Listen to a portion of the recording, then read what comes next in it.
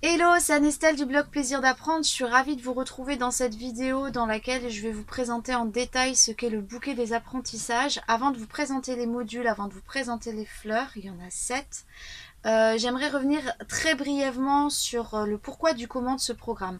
En fait, ce qui s'est passé, c'est qu'il y a déjà de nombreux mois, une personne m'a demandé, une institutrice m'a demandé comment elle pouvait mettre en place des exercices pour aider ses élèves à découvrir leur profil d'apprentissage, parce que j'avais déjà abordé ces notions sur le blog au travers d'articles. Et en fait, je me suis retrouvée un petit peu bloquée dans le sens où je me suis dit, je peux pas d'un côté être trop superficielle et lui proposer des choses entre guillemets à la va-vite. Il faut que je potasse le truc pour que ce soit quelque chose qui vraiment soit complet, que ça permette aux enfants de découvrir qui ils sont. Et j'avais beaucoup de notions de toutes les lectures que j'avais, de tous les ouvrages que j'ai sur le sujet, mais ça traite principalement des plus grands en fait, des 13 ans, voire des ados, voire des adultes. Et moi je voulais quelque chose qui soit complet, qui regroupe vraiment tout ce que j'avais pu lire et découvrir et m'imprégner par rapport à ce sujet-là, et en même temps quelque chose qui soit ludique, quelque chose qui soit adapté aux plus jeunes. Et comme ça est née l'idée de créer quelque chose parce que ça n'existait pas.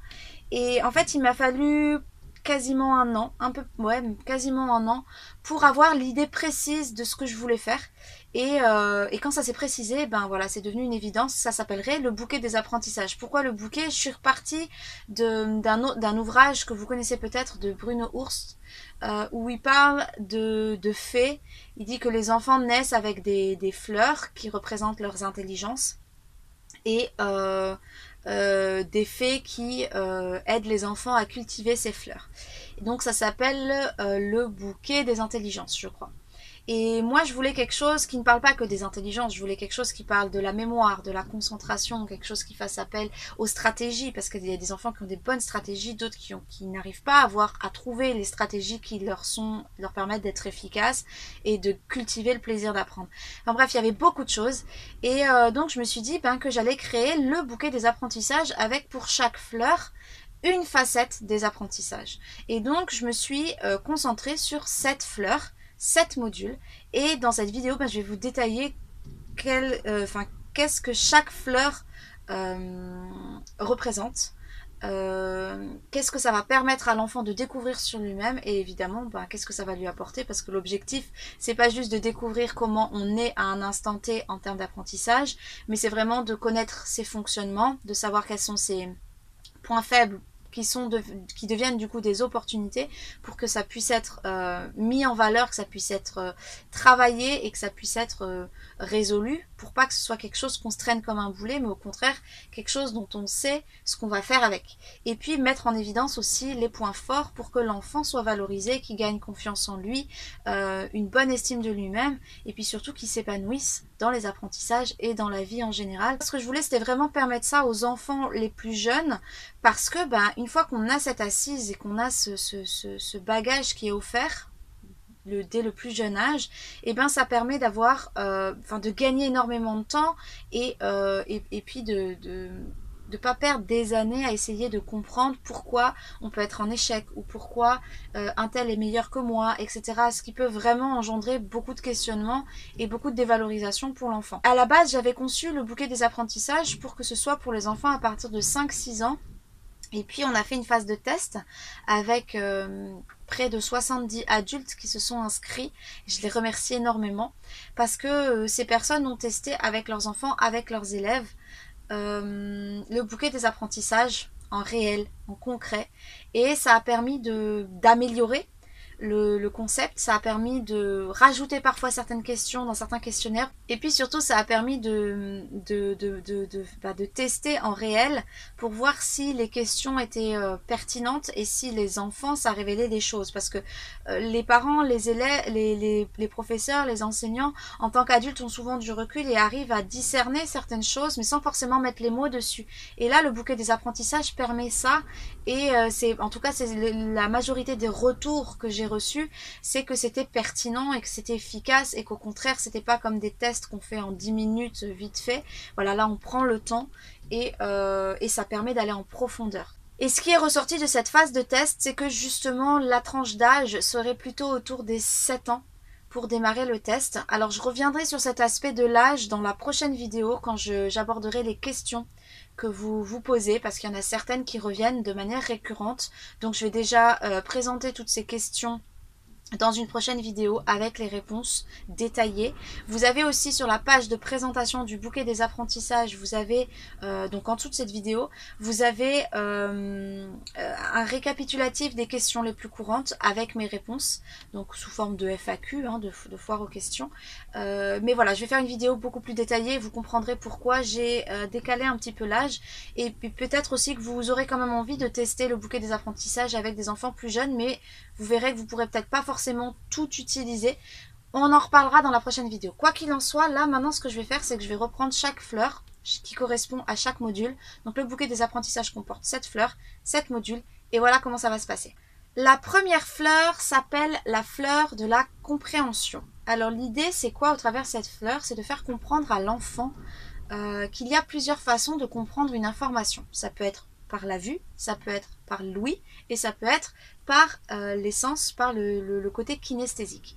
L'objectif de ce test, c'est d'aider à distinguer chez l'enfant quel est son mode de prédilection privilégié, parce il y a certaines personnes qui vont utiliser les 3 modes facilement, switcher de l'un à l'autre, et puis d'autres ne vont être que l'un ou que l'autre, et ça peut engendrer des difficultés au niveau des apprentissages, si par exemple on est très visuel et qu'on se retrouve avec quelqu'un qui fait beaucoup de choses à l'oral, par exemple. C'est juste un exemple. Donc la fleur de la compréhension va permettre de distinguer 3 couleurs, le rouge, le orange, le jaune. Il n'y a pas beaucoup de orange sur la fleur de Janae, mais voilà, vous comprenez l'idée. Et une couleur pour le visuel, une couleur pour le côté kinesthésique, une couleur pour le côté auditif. La fleur est séparée en 4 pétales. Pourquoi? Parce que vous allez le voir dans ce module-là, Antoine de la Garanterie a réalisé qu'on n'utilisait pas forcément le même mode de compréhension en fonction des domaines. Et donc lui, il a mis en évidence 4 domaines qui sont le domaine des mots, donc ce à quoi on pense quand on entend un mot. On a le domaine de la logique, donc tout ce qui est lié au raisonnement. On a le domaine du quotidien, donc ce qui fait appel à la vie en général. Et on a le domaine de l'imagination. Donc voilà, tout ça sera détaillé dans le module 1. Le deuxième module va vous présenter la fleur du comportement. Donc cette fleur du comportement comporte 7 pétales. Pourquoi? Parce que on va permettre à l'enfant de comprendre quelle est la force inconsciente qui le pousse à agir en situation d'apprentissage. Donc qui va lui faire adopter un certain type de comportements, un ou deux types de comportements principaux en situation d'apprentissage. Donc chaque fleur représente un de ces modes que vous verrez dans le module plus en profondeur, mais en gros vous allez voir que parfois ce qui va motiver l'enfant, ça va être plus vérifier si l'autorité est légitime. Parfois ça va être plus se comporter en fonction des autres. On veut faire plaisir à tout le monde. Parfois, ça va être plus la réflexion. Parfois, ça va être plus le fait d'agir pour réussir. Parfois, ça va être la recherche de la perfection. Donc, l'objectif du test, c'est au fur et à mesure des questions de découvrir quels sont les modes de comportement que l'enfant adopte le plus en situation d'apprentissage. Il peut y en avoir un, il peut y en avoir deux. Là, on va colorier en foncé le pétale qui est principal et en plus clair le deuxième. Il se trouve qu'au niveau du test, Janae avait deux égalités, donc il y a 2 et 2. Mais voilà, ça vous donne un ordre d'idée et comme ça, l'enfant sait grosso modo comment il fonctionne et ce qui le pousse à prendre telle ou telle attitude ou tel comportement en situation d'apprentissage. Cette troisième fleur s'appelle la fleur des intelligences. Donc là, on se base sur les intelligences multiples mises en évidence par Howard Gardner. Donc lui, il en a mis en évidence 8. Vous verrez dans le module qu'il y a d'autres formes d'intelligence qui sont apparues depuis qu'il a fait ça et qu'on peut distinguer. Mais c'est déjà super de pouvoir montrer à l'enfant qu'il n'y a pas que le fait d'être bon en maths ou moins bon en maths, ou le fait d'être bon en français ou moins bon en français, qui définit s'il est intelligent ou non. Là, vous allez voir que les types d'intelligence, on a par exemple l'intelligence visuelle spatiale, le fait de savoir se repérer, de savoir s'orienter. On a l'intelligence musicale, on a l'intelligence interpersonnelle, intrapersonnelle. Voilà, vous verrez tout ça plus en détail. Et l'idée, c'est qu'au travers du test, ça puisse mettre en évidence pour chaque intelligence si l'enfant a un pétale qui est plein, c'est-à-dire qu'il est plutôt doué naturellement et il correspond à ce type d'intelligence, ou moyen, ou petit, D'accord? Donc ça aide à voir quelles sont les intelligences sur lesquelles il a plus de lacunes. Parfois, vous verrez que certaines fleurs montrent des intelligences plutôt moyennes en tout. Ça veut dire que l'enfant est plutôt doué dans plein de choses, mais sans approfondir. Parfois, va y avoir un ou deux pétales qui vont ressortir. L'enfant va devenir un expert dans ça. Voilà, l'idée, c'est de montrer à l'enfant... visuellement parlant, ce qui se passe dans sa tête et à quel point il est intelligent et qu'il a forcément des talents. Quatrième fleur, nous avons la fleur de la motivation. Alors cette fleur, elle est là pour mettre en évidence qu'on n'est pas tous motivés pour les mêmes raisons. Ici, il y a 4 raisons qui peuvent pousser un enfant à apprendre. Ces 4 raisons, c'est est-ce que je vais apprendre? Donc la curiosité naturelle de l'enfant qui a toujours envie de découvrir des nouvelles choses, mais parfois certains enfants s'en fichent de ça. Parfois c'est à quoi ça va me servir? Est-ce que ça m'est utile? Voilà, donc quelle utilité? Ça peut être le deuxième pétale. Le troisième pétale, ça va être avec qui? C'est-à-dire que je vais m'intéresser, je vais être motivée pour apprendre quelque chose selon les personnes avec qui je vais les apprendre. Si c'est quelqu'un qui est cool, qui est respectueux, qui fait des touches d'humour, avec qui je me sens en sécurité, je vais apprendre. Mais si c'est quelqu'un qui est méchant, quelqu'un qui crie tout le temps, quelqu'un qui dénigre, et ben là je vais me bloquer et voilà, je vais me renfermer sur moi, je vais pas apprendre. Le quatrième mode de motivation que l'on peut rencontrer, c'est où ça se situe. C'est-à-dire que on a besoin de comprendre les choses dans la globalité, de replacer la nouvelle chose qu'on va apprendre par rapport à ce qu'on sait déjà et pour qu'il y ait une logique dans le sens où il faut que ça s'intègre dans quelque chose qui est linéaire ou que ça s'organise. Voilà. Donc où ça se situe. Voilà, ça ce sont les 4 modes de motivation et donc l'idée du test c'est déjà de découvrir si l'enfant a naturellement une motivation forte ou pas. Donc la fleur aura 3 tailles différentes, plus grande, moyenne ou plus petite, pour voir si c'est quelque chose qui peut être un blocage pour l'enfant. Parce que s'il n'a pas trouvé quelle est sa source de motivation, il peut actuellement ne pas être motivé du tout. Donc là la fleur va permettre de révéler ça. Et ensuite, les questions vont approfondir pour savoir quelle est la source de motivation de l'enfant, mettre des mots dessus, et une fois qu'il aura compris, ben forcément, ça va l'aider à pouvoir adapter les choses pour qu'il puisse trouver cette motivation. Voici la 5e fleur, il s'agit de la fleur de la concentration. Alors l'attention et la concentration sont liées, je vous en parle en long, en large et en travers dans ce module. L'idée de l'attention, c'est de décider de ne garder son attention que sur une chose à la fois. Par exemple, là je suis en train de faire cette vidéo, donc mon attention est sur le bouquet des apprentissages, elle n'est pas sur le fait que Janae est sur la plage à côté en train de jouer dans le sable avec Stéphane. Voilà, donc mon attention est focalisée. La concentration, c'est le fait de rester focalisé sur l'objet de notre attention. Donc là, c'est comme si on se mettait dans une bulle. L'attention, elle peut varier et quelque chose peut attirer mon attention, que la concentration, c'est vraiment moi qui décide d'être concentré sur quelque chose. Et parfois, souvent, j'ai envie de dire, la concentration fait défaut. Donc l'objectif de cette fleur, c'est déjà de voir si l'enfant est concentré. Parce qu'un enfant peut être motivé, mais ne pas réussir à garder sa concentration et du coup être en échec. Un enfant peut avoir une très bonne concentration, mais avoir une mauvaise mémoire. Donc il va être concentré pour apprendre, mais il va mal apprendre, ce qui fait qu'il va s'épuiser. Vous voyez ce que je veux dire? Donc on peut avoir des grandes fleurs, des fleurs avec plein de pétales dans certains domaines, et avoir une toute petite fleur dans d'autres domaines. L'objectif, c'est justement de mettre le doigt sur ce qui fait défaut pour l'enfant, pour l'aider à dénouer ce problème. Donc la fleur de concentration, voilà, l'objectif c'est de déterminer si elle est plutôt grande, si elle est plutôt moyenne ou si elle est plutôt petite. Je vous parlais de la mémoire, et bien justement voici la fleur numéro 6. C'est la fleur de la mémoire et de la restitution. Et oui, j'ai séparé un peu les deux, mais en même temps c'est une même fleur parce que les deux sont totalement liés.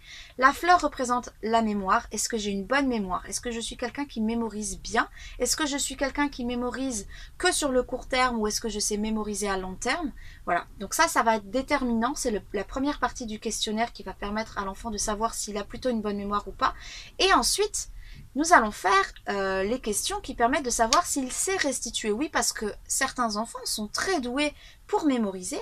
Ils savent par cœur les choses, par cœur sur le court terme, mais aussi sur le long terme. Ils ont compris, mais ils peuvent perdre leurs moyens au moment de restituer. Donc souvent, la restitution est liée aux émotions. Donc là, l'idée, c'est aussi de déterminer si la feuille est plutôt petite, moyenne ou grande, pour savoir si l'enfant a plutôt une bonne capacité à restituer ce qu'il a appris. Et donc, des fois, l'enfant peut très bien restituer mais avoir des problèmes pour mémoriser. Donc le peu qu'il aura mémorisé, il va très bien le restituer. Et à l'inverse, on peut avoir une très bonne mémoire, mais perdre totalement ses moyens au moment de la restitution. Donc voilà, ça c'est la fleur numéro 6. Et la fleur numéro 7 comporte également une fleur et une feuille.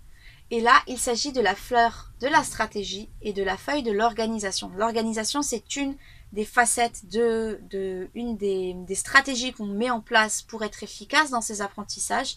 Mais pour moi, elle était assez importante pour être vraiment détaillée par rapport aux autres.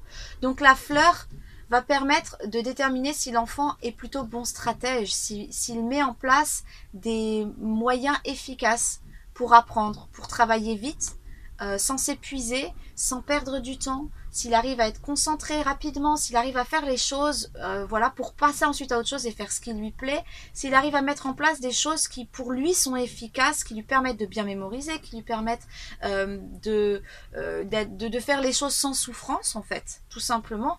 Et ensuite on a l'organisation avec la feuille pour savoir si l'enfant est plutôt organisé, moyennement organisé, ou pas du tout organisé, et ce dans plusieurs domaines qui tournent autour des apprentissages. Voilà, vous venez de découvrir le fameux bouquet des apprentissages. Donc pour chaque module, vous l'avez compris, il y a une fleur à réaliser par l'enfant, mais pas que. Donc je vais faire un petit récap très rapide, très succinct sur ce que comporte en détail le bouquet des apprentissages. Alors tout d'abord, il y a pour chaque module une vidéo d'explication. Cette vidéo d'explication n'est pas à montrer aux enfants, elle est pour l'adulte, que ce soit le parent ou l'enseignant, pour comprendre pourquoi on aborde ce module et qu'est-ce que ça implique. Ensuite, vous avez un document PDF avec les tests. Vous avez un document pour l'adulte, un document pour l'enfant. L'enfant n'a que les questions, avec soit il coche, soit il entoure, soit il colorie une case, enfin voilà, c'est tout simple en fait à faire avec un stylo. Alors que l'adulte, c'est le script, c'est-à-dire qu'il a parfois des exercices à faire à l'enfant, des petits jeux à faire à l'enfant avant de répondre aux questions. Et donc il y a tout le script, il a juste à lire ce qu'il y a et comme ça il a tout entre les mains et il guide les enfants de cette façon-là. Ensuite, vous avez un autre PDF qui est encore à destination de l'adulte, qui là comporte les résultats et les explications. Donc vous avez une première partie où ça vous aide à faire le calcul des résultats. Vous allez guider l'enfant soit pour attribuer une couleur, soit pour attribuer un chiffre. Et à la fin, vous avez les résultats complets à donner à l'enfant. Et l'enfant sait du coup comment va être sa fleur. D'ailleurs, pour l'enfant, sur la fiche où il y a les questions, il a souvent à la fin une petite fleur en brouillon qu'il peut remplir avant de réaliser sa vraie fleur. Comme ça lui donne une idée visuelle de à quoi va ressembler sa fleur. Donc, ce document résultats et explications permet d'avoir les résultats du test et ensuite de donner les explications à l'enfant, lui dire, ben voilà, ta fleur, elle va être de telle couleur, ta fleur, elle va être de telle taille, ta fleur, sur tel pétale, tu vas colorier de telle façon, etc. Pourquoi? Je vais t'expliquer. Et donc là, c'est le script à lire aussi aux enfants où j'ai donné les explications en simplifié. Donc vous voyez, l'enfant, c'est ça, les explications dont il a besoin, que vous, l'adulte, vous avez besoin d'explications plus poussées, et c'est le premier document que vous avez avec la vidéo qui présente le module. Et ensuite, eh bien c'est simple, vous avez des fiches récap à donner à l'enfant pour l'aider à avoir visuellement les petites explications dont il a besoin pour se remémorer sa fleur et ses résultats, et puis surtout avec des idées concrètes et pratiques qu'il peut mettre en place pour entretenir cette fleur, comme pour l'arroser, pour la faire croître. Parce que l'objectif, c'est quand même, comme je vous l'ai dit plusieurs fois, c'est que l'enfant devienne le propre héros jardinier de son bouquet des apprentissages. Pour les fleurs qui sont petites, eh ben, c'est de les aider à grandir. Pour les fleurs sur lesquelles il y a peu de pétales, où les pétales sont très pâles, et puis il aimerait les faire avancer, et voilà, les booster, eh bien, il a de quoi le faire. Donc si l'enfant a un problème pour le mémoriser, il a des exercices et des jeux pour l'aider à booster sa mémoire. Si l'enfant a des problèmes pour se concentrer, il va avoir des jeux et des activités pour booster sa concentration, et ainsi de suite. Il y a également d'autres éléments supplémentaires. Déjà, on me l'a demandé lors de la phase test, j'ai rajouté un tableau récap qui reprend dans chaque colonne chaque fleur, et à gauche on peut mettre le nom des enfants, parce que quand on a plusieurs enfants ou quand on travaille avec une classe et qu'il y a plusieurs élèves, pour avoir synthétisé tous les éléments pour aider les enfants, c'est quand même plus simple. Donc il y a ce tableau récap. Ensuite, il y a un document supplémentaire pour la fleur 3, la fleur des intelligences. En plus des fiches récap pour l'enfant, il y a un gros dossier avec 61 outils pour booster toutes les intelligences. Donc là, c'est autant pour les adultes que pour les enfants. Ensuite, on a rajouté une mind map pour le module 5, c'est-à-dire la fleur de la concentration. J'ai mes petites notes ici. Et là, c'est les bons gestes à avoir pour se mettre dans les bonnes conditions pour être concentré. Parce qu'il y a dans les fiches récap, il y a des outils pour s'entraîner à être concentré. Mais là, c'est vraiment pour, si l'enfant veut travailler ou s'il a quelque chose à faire, quelles sont les petites étapes pour être dans les bonnes conditions. Voilà, ça a été aussi demandé par une maman, donc on l'a rajouté. Enfin, vous avez les questions des participants de la session test. Vous les avez sous forme de foire aux questions, donc FAQ dans la globalité et puis ensuite par module, les questions précises qui m'ont été posées avec les réponses. Et enfin, vous avez une galerie photo des fleurs qu'on m'a autorisé à poster sur le site pour vous donner des idées et puis pour que vous puissiez montrer aux enfants à quel point la diversité est magnifique dans les apprentissages. Voilà, et bien maintenant vous pouvez vous inscrire au bouquet des apprentissages. La session est ouverte. Vous avez tous les détails en dessous de cette vidéo si vous voulez revoir certains éléments sous forme de texte, sous forme synthétique. Et puis moi je vous retrouve de l'autre côté. Si vous avez des questions, vous avez un petit onglet sur la droite de votre écran. C'est marqué une question en vert. Voilà, Stéphane a pensé à tout. J'y répondrai et puis je ferai dans quelques jours une vidéo répertoriant toutes les questions qui m'ont été adressées, qui pourront peut-être aussi vous aider. Voilà, sur ce, je vous souhaite de permettre aux enfants, aux élèves que vous accompagnez de pouvoir cultiver leur bouquet des apprentissages. Et moi, je vous dis à tout de suite de l'autre côté.